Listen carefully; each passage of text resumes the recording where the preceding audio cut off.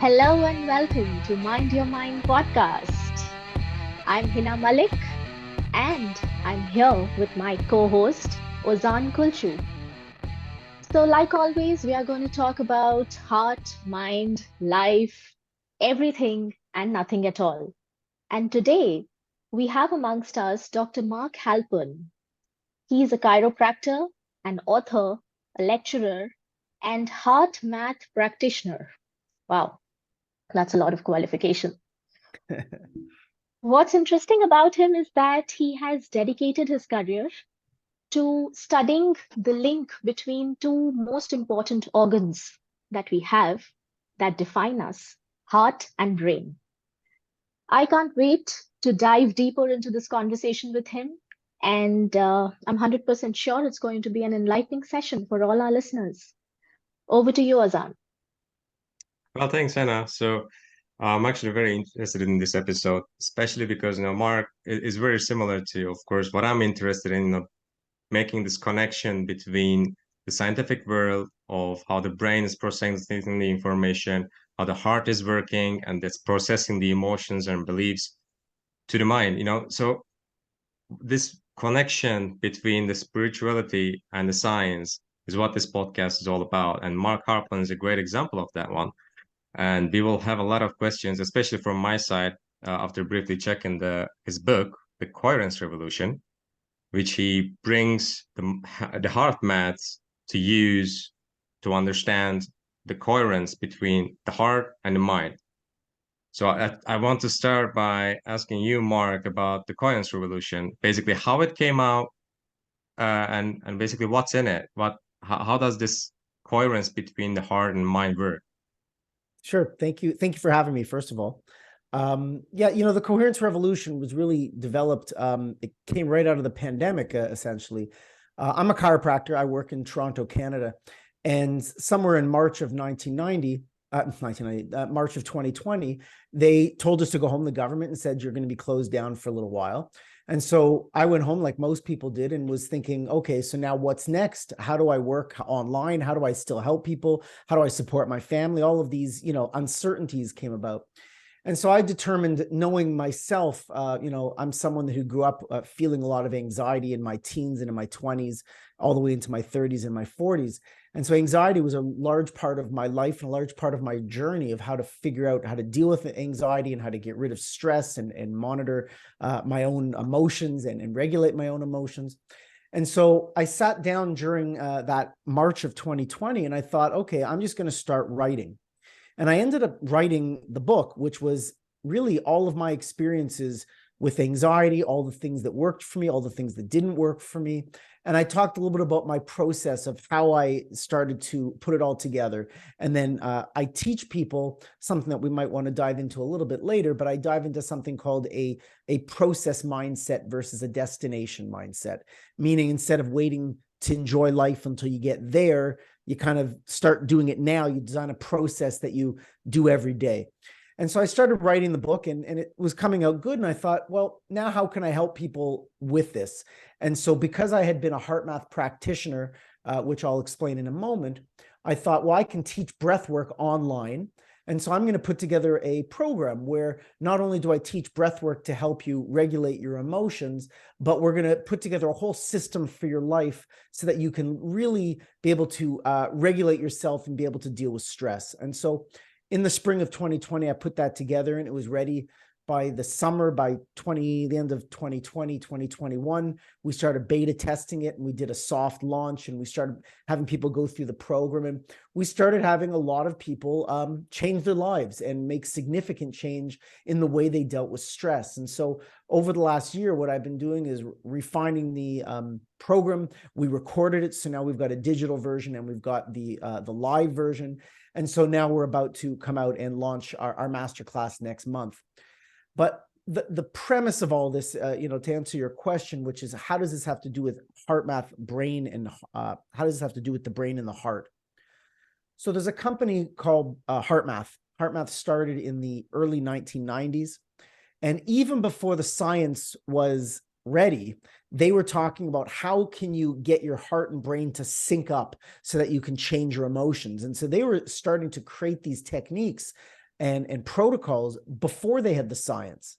Now, thankfully, the science started to actually catch up with what they were doing, and the science started to prove what it is that they were doing. And so one of the, I'm going to call it the key concepts with HeartMath, is something called heart rate variability. So as long as, if you give me 2 minutes, I'm going to explain HeartMath variability so that then Yeah, I think definitely. you'll understand it all. But when you breathe in, your heart rate goes up. When you breathe out, your heart rate goes down. So your nervous system has part of it that speeds you up. That's called your sympathetic system. And part of it slows you down and relaxes you. And that's called your parasympathetic system. They're opposites. They counterbalance each other, which is why when you're stressed, your body doesn't heal and relax or digest food very well, because they're opposites. When you're stressed out, the sympathetics are working. When you're relaxed, the parasympathetics are working. So when you breathe in through your nose, your heart rate goes up. When you breathe out through your mouth, your heart rate goes down. The difference is called your heart rate variability. So let's say you breathed in and your heart rate went up to 90, and then you breathe out, your heart rate went down to 70. 90 minus 70, your heart rate variability would be 20. So most people should be shooting for around 15 to 20. That would be a really healthy heart rate variability. However, if you look at the average person that chest breathes, what they're doing is their lungs are actually coming up and shrinking. And so you're compressing your lungs, and that in and of itself can create a stress response. And when you start to monitor the rhythm of someone who has a heart monitor on and they're breathing through their chest, you see these little jagged pinnacles, and they're really small. And most people have a heart rate variability between 2 and 5, which is really small, and it's very stressful. But when you start to do the breath work, even if you don't do it properly and you're just doing the breath in through your nose, out through your mouth, you slow down your breath, you can increase your heart rate variability. Now, when you increase your heart rate variability, you increase the length of your life. You literally live longer with a greater HRV. So just that very principle alone, training yourself to have a greater HRV, will affect your life. But what HeartMath found with their research is that when you started to train your HRV and you brought in visualization and you brought in emotion, feeling an uplifting emotion, gratitude, love, happiness, joy, contentment, whatever the emotion is, when you start feeling that emotion while you're doing the breath work, your heart goes into a sine wave. And as it goes into a sine wave, that's what we call coherence. And it affects your brain, because the heart's rhythm is about 40 times stronger electrically and magnetically than the brain. And in the body, the largest wave wins out.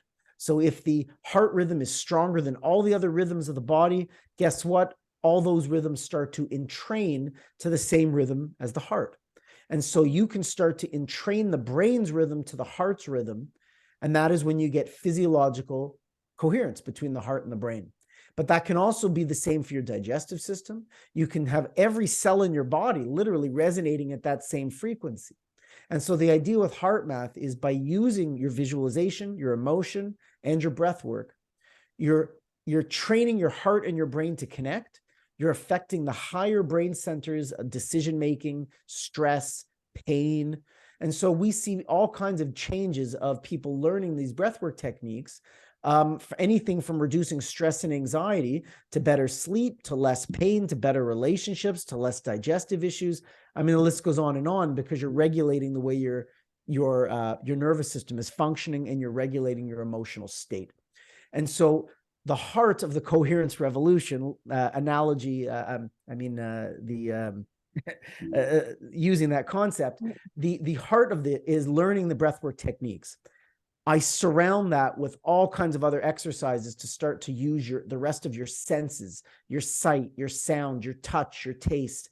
How can you use those senses to also affect your coherence? How can you relax yourself and get balanced? And so the idea is that when you go through the course, you will learn all about the breath work, but you will also put together a process for your life so that every day you can attain the emotions that you're looking to have.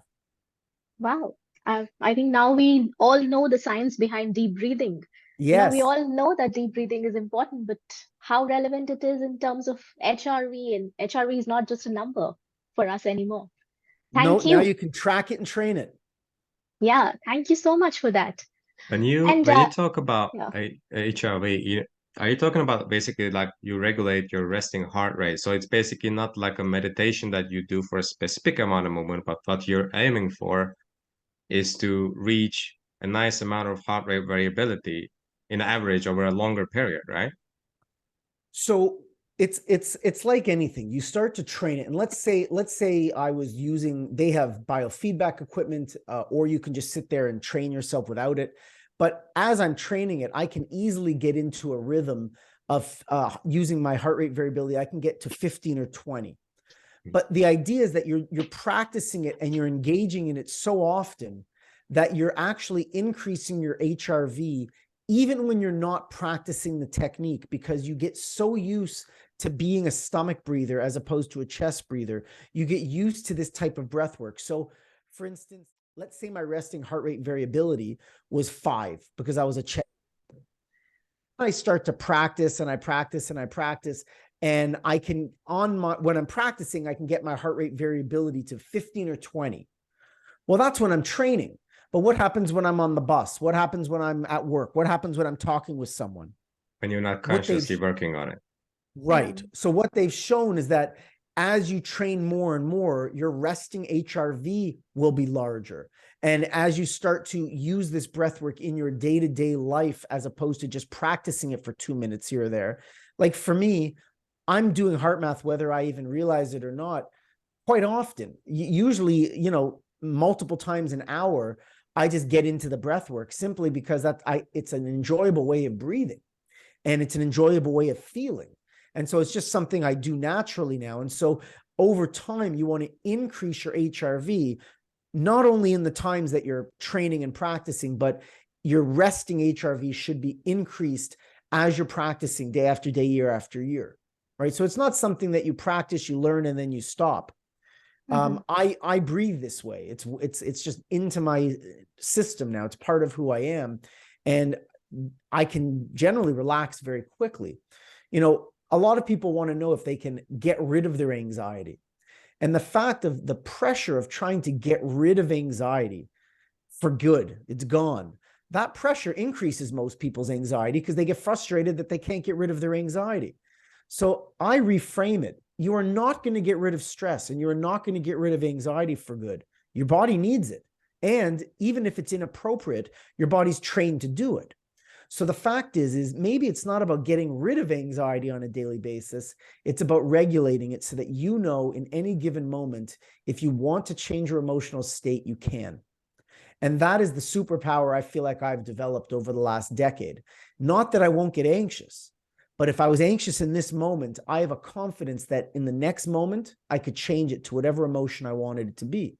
And that's the power of learning this breath work and being able to use your senses in any aspect of the world to create coherence, that you become more resilient and you become more resilient to the world around you. And that's really what we want, right? It's not about just people who are healthy. What they really are is they're resilient, right? It's not that you're never going to get a cold, but are you the person that gets a cold and it lasts 2 days, or does it last 3 weeks, right? Are you the person that sits at their desk and sort of gets a bit tense here for a couple hours? Or do you now have neck pain and you can't move your neck for the next month? So it's a resilience that you gain by becoming coherent. And whether it's through your emotions, through your breath work, or whether it's through music, the idea is that you're creating a resilience in your nervous system. Mm-hmm.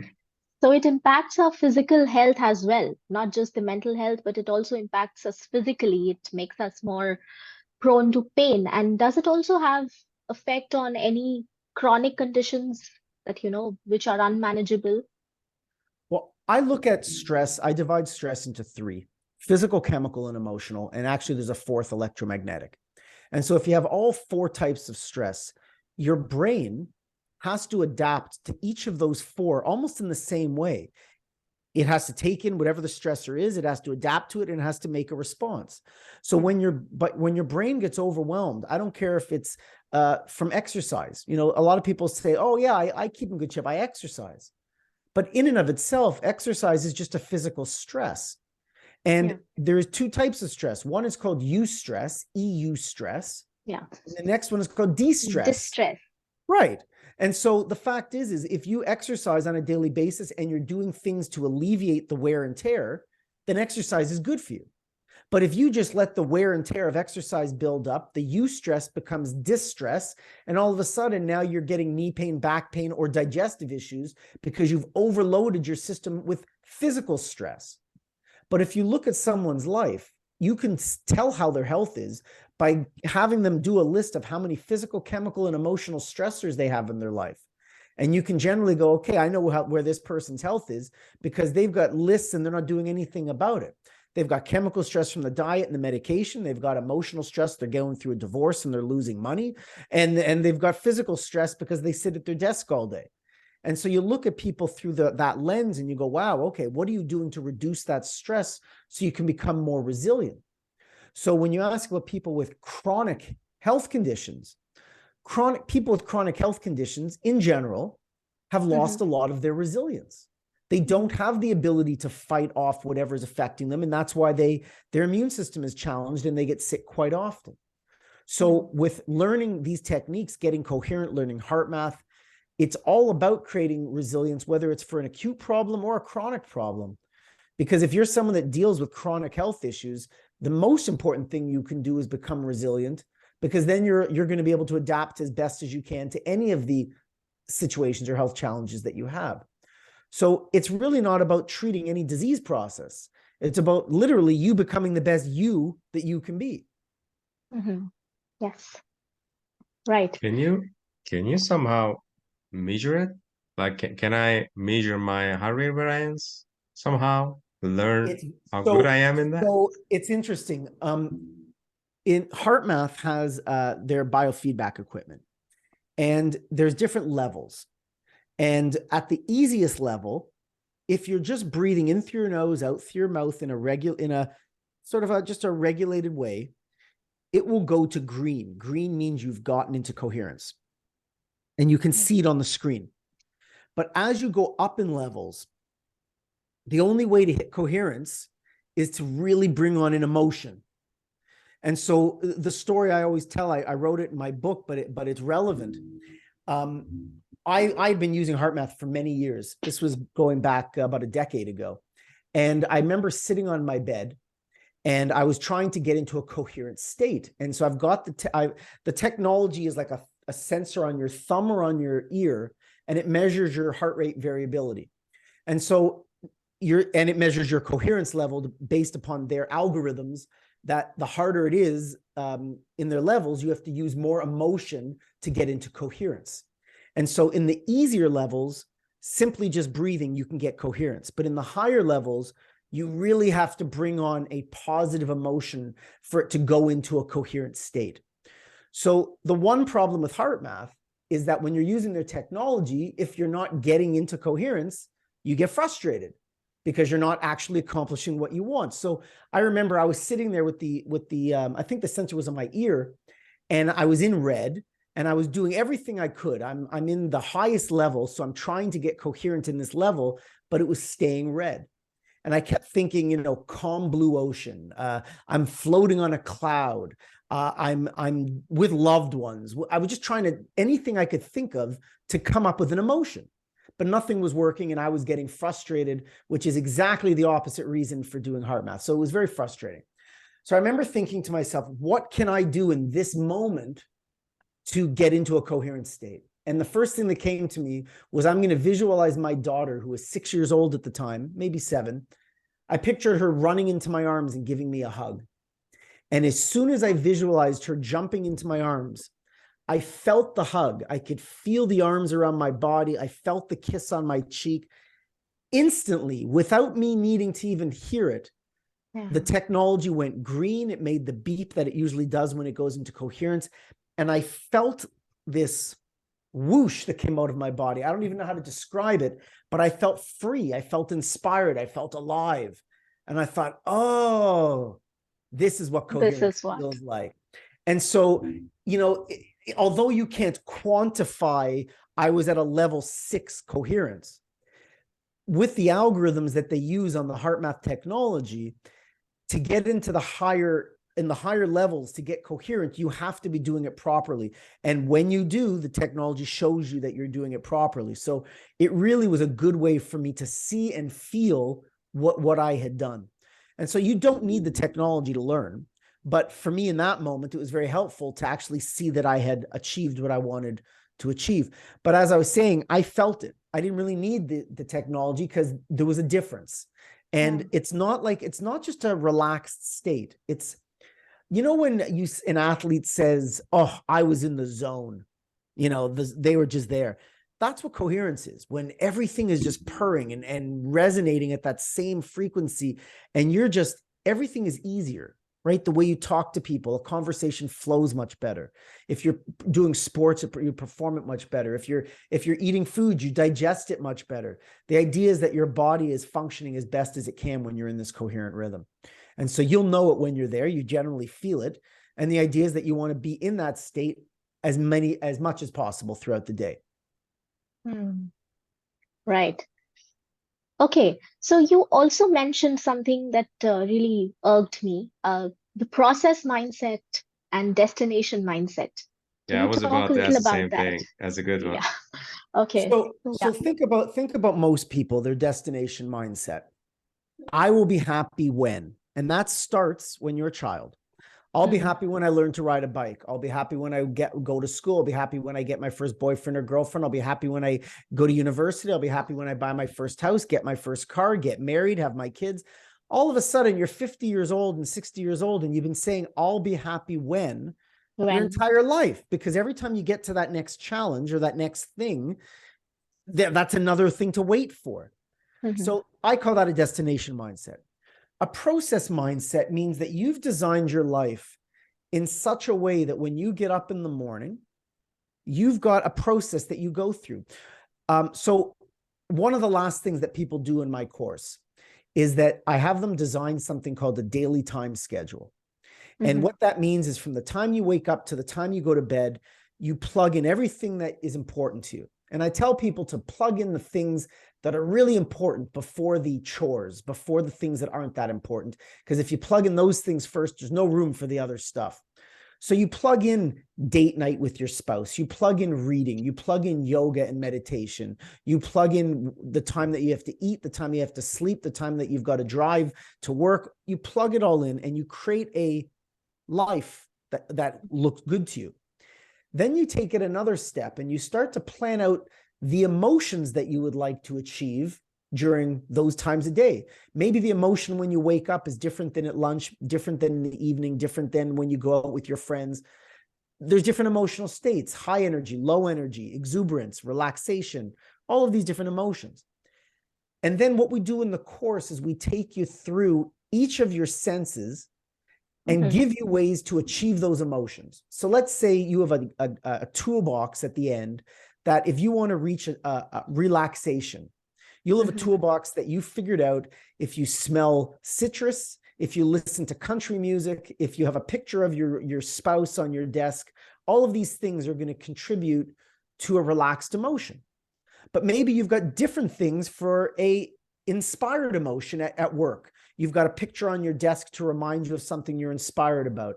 Maybe you've got a different smell that uplifts you and makes you want to go dance. The idea is that you do the self-inquiry that we go through in the course to go through each of your senses, your sight, your smell, your touch, your taste, digestive system, all of that. So that at the end, you have 10 different ways to approach each different emotion. Plus you've learned HeartMath so that you can attain those emotions whenever you choose.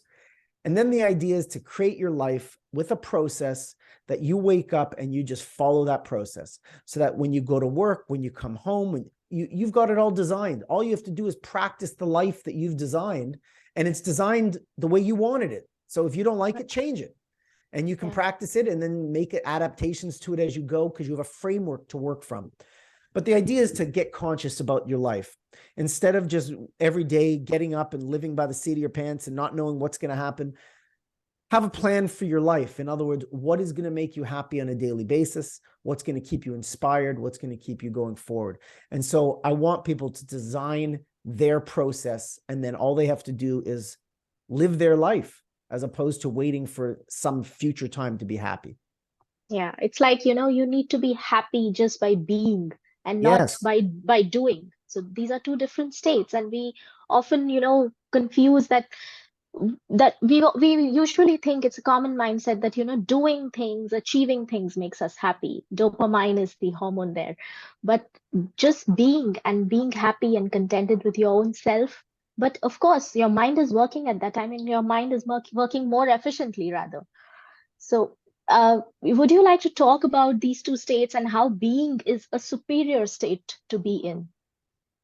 Well, the fact is, and I mean, I've listened to some of your podcasts that you've done an earlier podcast in the last few years, and this concept of doing nothing, it's very hard for people. Doing nothing is very, very uncomfortable because we have lived in this mindset that we must accomplish, right? If you look back 30 years ago, at least in North America, people looked up to people like doctors, because what they would say is they'd see a doctor on the golf course on a Tuesday afternoon and they'd go, oh, I look up to that person. They can take off time. They have traded time for money. In other words, they've made enough out of their life that they could take time for themselves. Fast forward 40 or 50 years. Now we look up to the people who have 5 jobs, who have accomplished 20 things, who are multitasking all the time. And we look up to them because they've got a podcast, they've got a book, they've done this, they've done that, and they're constantly achieving. And so now our role models are how much can we achieve and how much can we do, rather than how much enjoyment or happiness can we add to our lives. And so it is, I believe, a problem because we're as a society, we're no longer stopping to smell the roses. We are go, go, go, go, go, go, go all the time. And when we stop, it feels strange. And so I a lot of times have to plan nothing, right? Yeah. And it seems weird, but you do. For the next hour, I'm doing nothing. And that might mean watching TV, but it might not. It might actually mean just sitting and not even meditating, but just sitting and doing nothing. And so that means different things to different people. But the idea is that everybody should have a very clear idea of what it will do on a daily basis that they can do to inspire them. Because I don't care how much stress is in your life. Everybody is going to go through death. Everybody's going to have family members that die. Everybody has financial issues at some point or another. We all, as humans, we all go through very similar things, but there's times of our life that we're so stressed out, we don't have enjoyment. And I think that's a mistake, because no matter what's going on in your life, there should be some type of enjoyment that's going to allow you to gain your resilience back in the most important time when you're under stress. So now, no matter how much anxiety I have, I will purposefully create even 5 minutes of joy and laughter. And for those of you that have an animal or a pet, it's fabulous. Because sometimes I cannot get myself out of an anxious state if it's really powerful, unless I literally play with my dog. And just the playful attitude that breaks it up. And so no matter what's going on, I will now take time. My father passed away not too long ago. It was in the last couple of months he passed away. And even while I was really in my grieving state, the idea was, I know I need to still be there for my kids. I know I need to still be there for my patients and everything else. So how can I create joy in this moment? And so even if you do it for 5 minutes at a time, laugh, smile, speak to a friend, listen to music, something, but you can always create joy in your life, even if it's for a couple of minutes at a time, and you'll see it gets easier and easier and easier to do.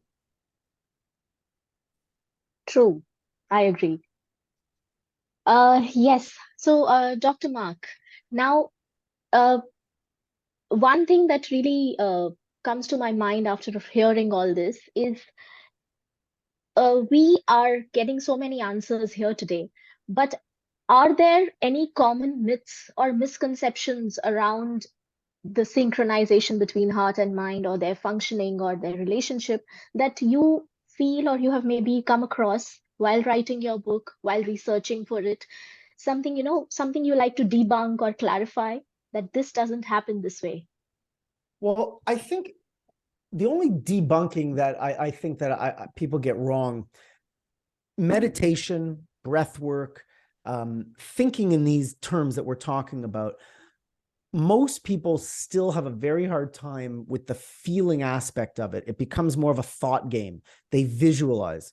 And I'll give you an example of what I mean. Both of you are aware of the law of attraction. Yeah. So the movie, do you remember the movie The Secret? Yeah. So The Secret got a lot of good feedback, but they also got a lot of criticism. And a lot of the criticism was people tried doing it exactly the way they said, and they never manifested what they wanted. And it's like, this stuff is garbage. It doesn't work. But I believe the mistake, or at least they just didn't emphasize enough, that it is all about the feeling, not about the thinking. If you're going to manifest your dream job, I would be visualizing and coming up with a feeling of doing that job, not just thinking about it, but literally feeling the way the chair underneath me would feel sitting at the desk in my dream office. You have to feel it. So whether it's looking for a spouse, a partner, or literally trying to manifest, money, the feeling has to be there. It's not the thinking that does it. But once you start to understand how to start to feel more, which for me was the hardest part, because when you're an anxious person like I was, thinking is just part of the game. Feeling is hard. But when you start to learn how to feel a bit more, then a lot of these techniques become a lot easier, because you're getting out of your head and more into your heart. When you talk about that, for example, how can maybe you can come up with some practical steps for our listeners here? For example, like me, I have a very technical job. I need to focus sometimes. And when I'm in the flow, I can go for 3, 4, 5 hours. And it's completely mind, no feeling, nothing. I feel like more, I call it the robot mode, because I'm just there and I can't get out of it sometimes. It takes hours. How can you get out of that state and basically connect with your heart again and start to feel again? Is it through breathwork? So I would do it. I would, every half hour to an hour, I would be setting my alarm on my phone for 2 minutes. I would set it and take a 2-minute break. And during that 2 minutes, I'd be doing the breath work. And for instance, let's say you were sitting at your desk, you're inundated, you have a lot of work, you're good at what you do, but there's just so much, and you want to be able to have some clarity on it. I would future pace it. Every time I would take a break, I would be getting in my body of how it's going to feel at the end of the day, of having a brilliant day where I accomplished everything I wanted to accomplish, and I finished all my tasks exactly they were supposed to. And I would get into that feeling. So I'd be breathing, I'd be closing my eyes, and I'd be getting into that feeling, and literally even with a smile on my face, because I'm so proud of myself that I finished my day and how great it was. And you get the feeling as if it's already happened. That's the key to this. So then after the 2 minutes, you open up and you get back to work. And I think what you're going to find is you're going to be re-energized, and you're going to get better and better at giving yourself that energy that you need to finish off your day in a strong, inspired way. The idea is future pacing, feeling as if it's already occurred. I mean, that goes with almost anything you want to manifest. But if we just take it back to a simple, how do I want to feel at the end of my day? Then I'd be future pacing it the entire time and being so grateful that my day went perfect, even before my day went perfect. Does that make sense? Yeah, it Yeah, does. it does. Actually, it Right? reminds me, So the Henna, you idea will is, remember that Jessica Haslow, we had an episode earlier, and she was also talking about the Yeah, manifestation, and also right. the feeling of having it already will give Mhm. you actually enable the manifestation. So it's quite similar to that one. well, Right. the fact is we all talk about very similar stuff. And if we kind of bring it back to the basics, we all live in a quantum universe. And so the fact is we're all trying to vibrate at the same vibration as what it is that we want. And when we vibrate at that vibration, we do attract it into our life. And there is lots of great research being done on this now, which is very fascinating. And one of the reasons that I got into Dr. Joe Dispenza's work, simply because at every event he's got a research team with electrodes on people's brains and on people's hearts, so that they're getting real data in real time to understand how meditation and doing the breath work can help with manifestation. So He works with the HeartMath, right? HeartMath. There's a HeartMath team that actually works with Dr. Joe at some of his workshops, which is very fascinating for me. When I first started seeing him in 2016, I had already been doing HeartMath for about a decade. And when I went and saw that he had a whole team from HeartMath there, it was like my worlds colliding, because I think, as you started speaking at the beginning, Henna, is there's a lot of people that are into spiritual. There's a lot of people that are into science. And I really love when you can bring the two together. And that's what HeartMath, that's what Dr. Joe have done, is they've got the research being done on what have typically been philosophical type of conversations. So it's really interesting now how the science is catching up. HeartMath right now has it's called the Global Coherence Initiative.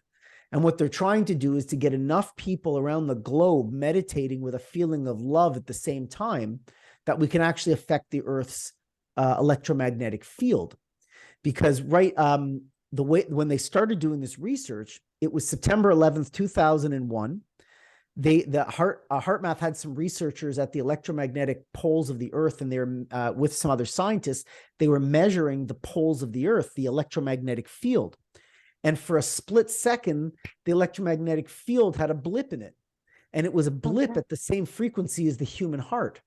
And what they figured out was, because so many people were looking at their TV screens, because there was no internet. Well, I guess internet was really young, but at that point, but most people were still just looking at their TV screens, watching the planes go into the building. And there was this global amount of grief. And so literally the electromagnetic field of the planet had a blip at the same frequency as the human heart. And so that's where their research started, saying, well, geez, if grief can do that to the electromagnetic field, how about love?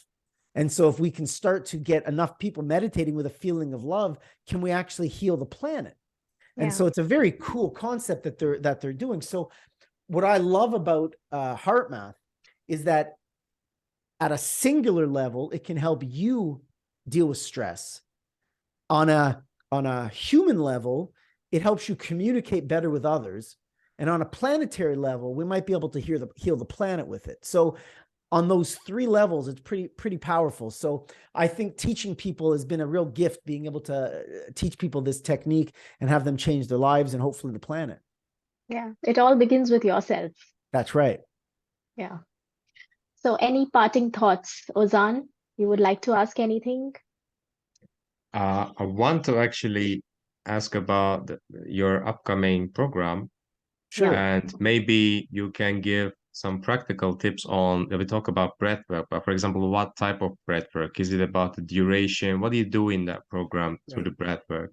Great. So first of all, in the Masterclass coming up, the Masterclass is completely free.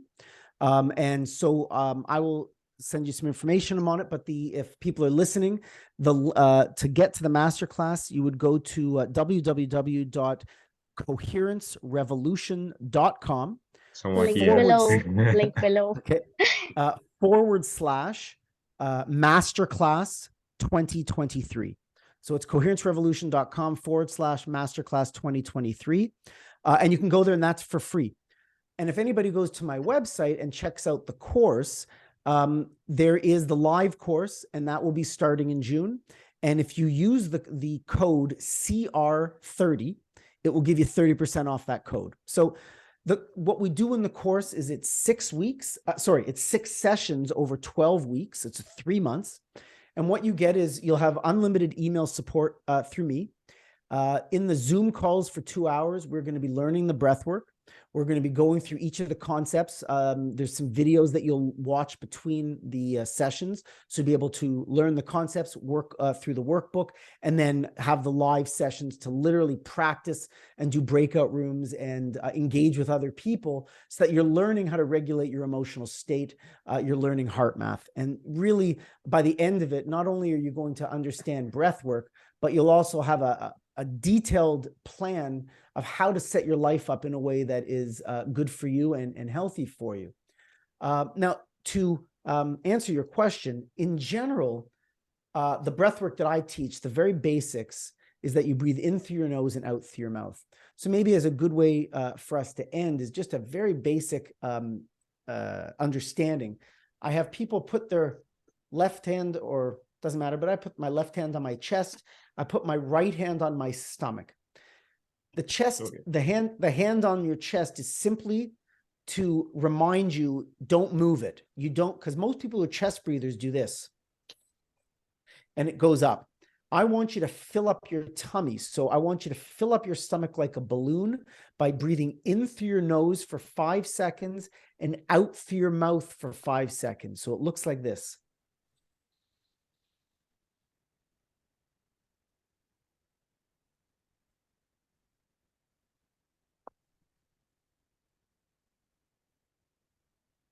And you'll notice my upper hand only started to rise at the end of my breath. And so if you start to practice just that 5 seconds in, 5 seconds out, in through your nose, out through your mouth, that is just a very good regulation breathing, a way to regulate your breathing. It's a good way to start the process. When we get into the course, we talk about how to use your mind and some of your emotional state and how to utilize it all. But that, you'd be surprised. I have people get into this position and I'll say, take a breath through your stomach and fill up your tummy. And they can't. They only have a connection between their brain and their chest to come up. And it's very hard for some people to stomach breathe. So even just starting that can change your emotional state. So in through your nose, out through your mouth, and just 5 seconds in, 5 seconds out. That's a good way to start. In the masterclass that I'm going to be doing, we will go through some of the breath work and many of the concepts that we go through in the course. And in the course, we get in depth on all of it. So yeah, if anybody that's listening is interested, please feel free to reach out either to me or join up for the masterclass, and I'm happy to help you in any way I can. Perfect. All right, then. I'm sure our listeners, some of the listeners are going to turn up and join your masterclass. They're busy breathing right now. I'm trying to make it from the band. It was a hard thing for me. Now I can do it, but it took a while to basically change that. It takes training. Yeah. This should be a simple training to the babies, kids, whenever you are, because it's like it's a really bad habit. They should teach it in school at a very young age. Absolutely. Yeah. We learn so many things in school, but we don't learn how to breathe. Yeah. Which is kind of important. Yeah. Compared to the other things. Just a little important. It's important to do anything else that you have learned. Yeah. Yep. Yeah. All right, then. It was a nice session with you, Dr. Mark. And yeah, and it was so enlightening to know so many things, get the answers, and the quest obviously goes on, but we do have a right path to move on, and we can see that. All of us can, I'm sure. So Ozan, would you like to conclude? So Mark, thank you very much for being with us, giving so many insights. And let's take it for everyone. Let's take it as a reminder to basically breathe and breathe right all the time, and be more conscious of it more times in a day, not just like when you're sitting down and meditating, but just remind yourself sometimes. Maybe, as you said, it's a good reminder. Set a reminder if you want to take a break and actually regulate your breath. And check out the description. As Mark Halpern said, basically his masterclass information will be there. His contact information will be there. You can reach out to him, find his website, find his masterclass, and looks like a hidden gem. So go take advantage of it. That's what I would say. So thank you, Mark. Any words from your side? Thank you so much. I really appreciate it. All right. Thank you. Take care, everyone. Bye-bye. Bye. Bye.